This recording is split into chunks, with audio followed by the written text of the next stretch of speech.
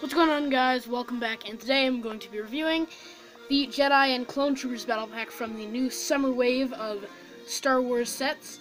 And it's not affiliated with the Solo movie. The box art actually doesn't have the Solo box art, it has the Last Jedi box art, so they're clearly trying to imply that it's not part of the Solo story.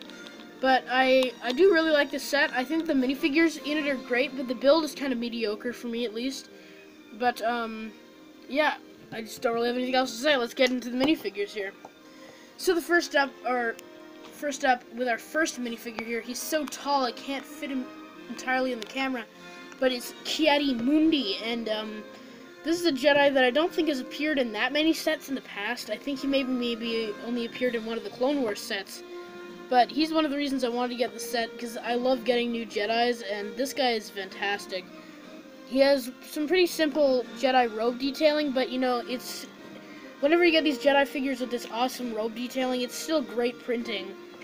And he does have his kind of old beard face, so he's got a pretty standard old man face. You can see around the back he has some pretty standard printing for these type of minifigures, and he has this cool little head attachment. So it's like a little mold that has like his, I don't know what that is, some sort of tentacle hanging down the front.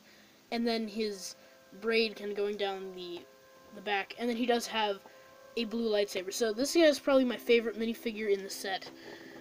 And yeah, he's a really great minifigure. And I've heard that apparently he has two hearts, one in his head. I think that's why he might have this weird tentacle thing.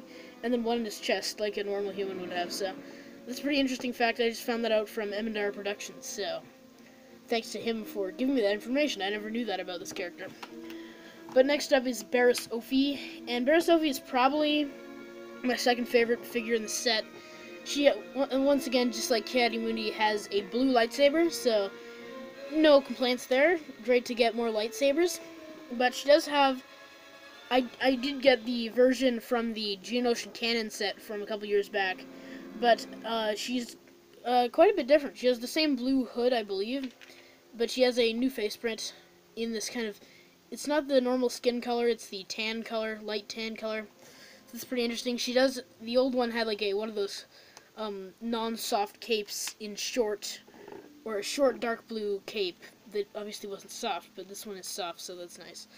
And there you can see her back printing. It's pretty standard, but she has this new gown-like robe piece, which I believe will be used in the Harry Potter line later in the year, and it's a pretty interesting piece, because usually they just use like sloped bricks for people's gowns and stuff, but this time they've actually made a new mold that has the Lego figure pegs and has like a nice curve to it. And I saw Jangbrick's review of this set, and he said that she kind of tips over. I've stood her on surfaces that don't have a base plate, and she stood up fine for me at least. So I don't know if that's a problem that just some people encounter, but for me, she hasn't really tipped over that much. But that's it for Barriss Offee, a really awesome figure, and definitely one that I'm happy to add to the collection, because I took apart my one from 2014 or 2013, so she's a really great minifigure. And last up is some of the reasons I think people will want to get this set is for army building, and we have the Mark I Clone Trooper here. He does have the stud shooter blaster, which I agree with Emendar Productions that they should at least include.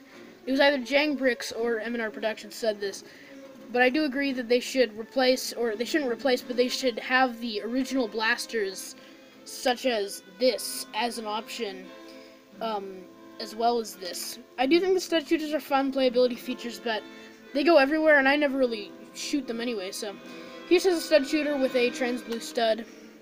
I thought the leg print was the same as the regular Imperial Stormtrooper, but it's not. It doesn't have a little bit of detailing there, or it doesn't have like a little filled-in bit like the Stormtroopers do. But this is my first time getting this version of the Clone Trooper, like when they remade it in 2013, because I never got this version. I have the one from the early 2000s here that didn't have the printed-on visor. It had the see-through one and the black head underneath. So I had this original version, and I had the one from the 2008 Clone Wars sets, which obviously didn't have printing on the legs. But yeah, those are the only two versions I had. I believe it's the same helmet mold as this one, but just with different printing, to make it look more based on the movies than the comics than the cartoon. But there, under there, you can see he has the angry clone face, which we're getting used to now, so it's not a bad inclusion.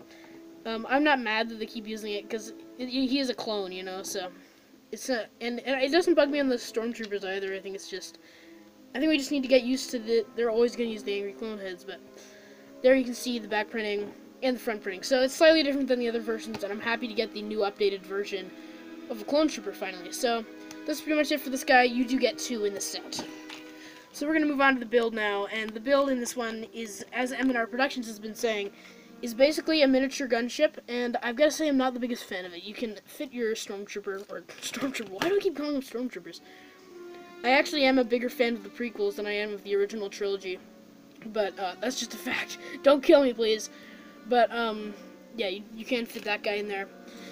And you do have 2 wings that are connected on these kind of, not ball joints, but Technic hinges, or kind of ratcheted joints. And I like the dark red used here, the dark red panel wing pieces. I like getting those. And some circular bits to kind of be the, not engines, but the area where the guns are. I like that they filled that in with one of those pieces, and then you have these brick-built guns that you can put on top. And right here, there's a place where you can fit your spare stack of studs for the stud shooters. I do like this piece though, this windshield canopy piece in translucent. I always like getting any translucent piece, so I like getting that.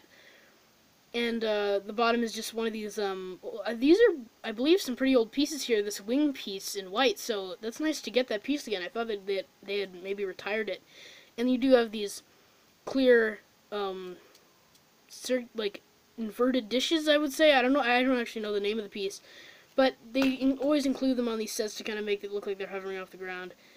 And you have a little engine on the back with one of these large wheel pieces with a translucent dish. And a little bit of lime green under there. That doesn't really bug me because that is the color scheme of the gunship. So I guess they were kind of going for a miniature gunship look. You can see you have more on the front there. And then you have the 2 stud shooters, of course. And overall, it's an okay build, but I think it needed more depth. Like, I think they needed to include... Oh, and you do get these, they were on the, First Order Specialist Battle Pack set from earlier this year, and you know I hate that set, but those pieces, I really love those pieces, so I like getting more in the set, but I think that the set needed more depth. Like, I think it needed something to kind of make it, like, thicker, and it just kind of looks a little bit...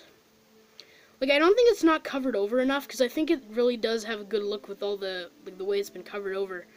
But I just think that it needed a little bit more depth, like, maybe something to make it... Because it looks too flat to the ground to me. Because it looks too, like, thin. Like, all you have is this little bit at like, the base of the whole thing.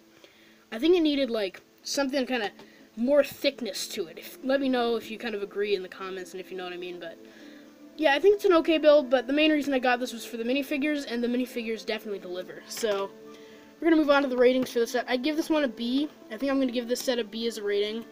I definitely like the set. I think it has, it has a good deal. I think the build is okay, but like I said, I think it needed more depth and more thickness to it. But the minifigures are fantastic. Ki-Adi-Mundi and Barra Sophie are great. And I know a lot of people aren't big fans of like people including, or Lego including Jedis and other characters that can't be built as an army in battle packs. But that doesn't really bug me. I like getting exclusive minifigures and cheap sets. And it's been a while since I think Ki-Adi-Mundi has been in a set, so it's nice to get these very well detailed figures and that new gown/dress piece in a very cheap set. I believe this is the first time it's been included. I think it might have been used in the new solo sets as well, but I think it's a fantastic deal for the minifigures. I think the 2 clone troopers are good because I haven't gotten the updated versions before, the updated version of the clone trooper before, so I like getting those clone troopers, and I like the 2 Jedi minifigures. But like I said, the build feels a little bit too thin. It doesn't have enough depth, to me at least, and so yeah, I'm going to give it a B. Let me know what you guys think of this set in the comments below. I hope you guys have a great day. Take care.